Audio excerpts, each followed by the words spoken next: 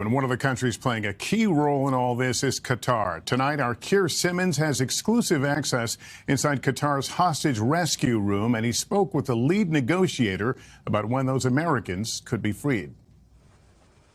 Tonight, NBC News inside Qatar's hostage release operations room, monitoring today's truce at the end of what the lead negotiator describes as an intense day. It's a good day today. We made very good progress. And there's hope tonight that a number of Americans will be freed soon. If today we didn't see Americans from the list, I remain hopeful that the upcoming days we will see the release of all citizens under the women and children category. The administration has been very keen to see the American hostages released, including, of course, a little girl, Abigail Mouradan, who's 4 today. Of course, it matters to us to get all of the U.S. citizens out.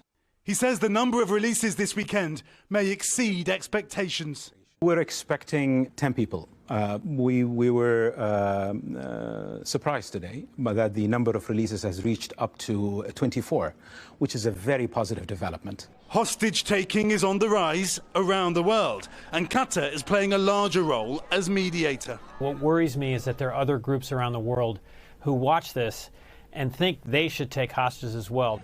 But despite their freedom, the captives likely face a long, difficult road ahead. And I think anybody who assumes or hopes that life is ever going to go back to exactly how it was before is in for a rude awakening.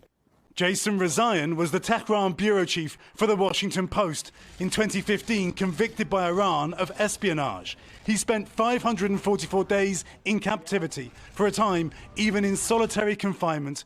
Freedom took some getting used to. The hardest thing was getting used to choice again after having my ability to make decisions taken from me. Some of the smallest hostages could face the biggest challenges. I think that those kids will have experienced something that it will be very difficult, impossible, for them to put in any kind of context. Israeli health officials, meanwhile, have issued guidelines on proper and safe treatment of returning captives. Psychologist Neil Greenberg says these first days and weeks can be difficult and confusing. Over time, if they have good support, then most people begin to sort of recover and get to some sort of steady state again.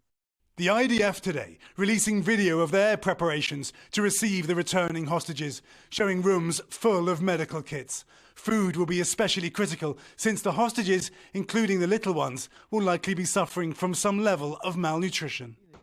24 have come home. Many more remain in captivity, their loved ones waiting for their turn for some good news. Keir Simmons, NBC News, Doha.